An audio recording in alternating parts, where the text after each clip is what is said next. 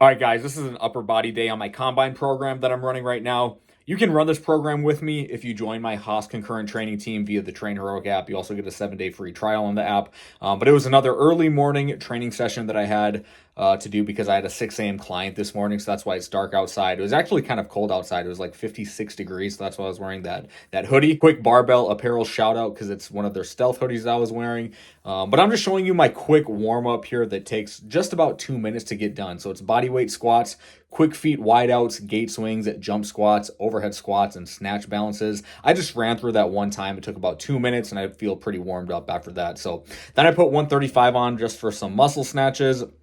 And then I got into my working sets after a few warm-up sets of the snatches.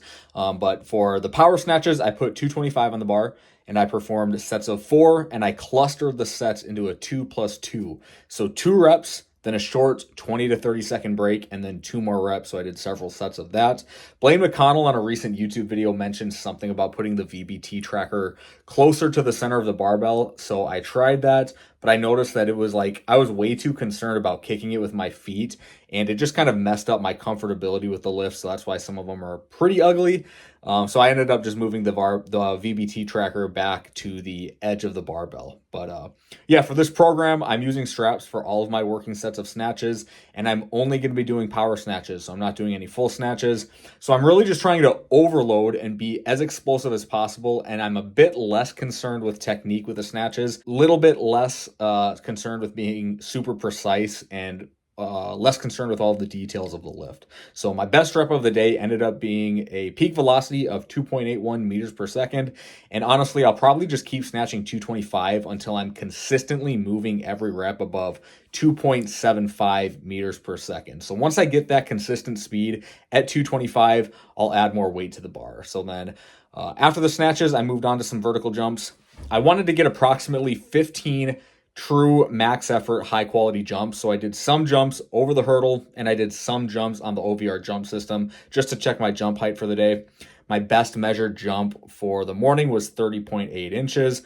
I wanted to do the jumps after the snatches because I didn't want to have to take a bunch of warm-up jumps with the jumps. So doing the snatches before kind of just primes you. You really only have to do like 3 to 5 warm-up jumps, and then you're good to go for some max effort jumping. So it's a little bit more efficient in that sense, I guess. So yeah, I've gotten some questions on that recently.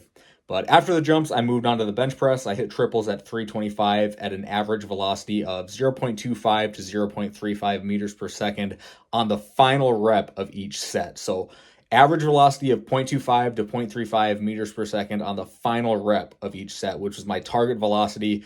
That's what I was going for.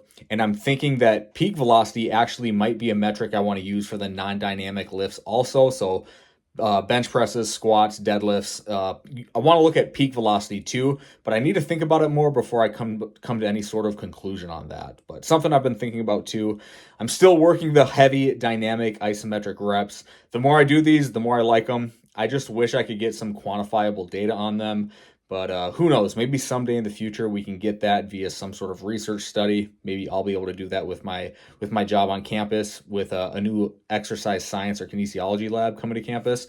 But we'll see. I just know that the load has to be heavy enough on these, and I used 325, which is the same load as my regular reps for the bench press, and that definitely felt heavy enough for me to feel like it was a worthwhile stimulating potent stimulus.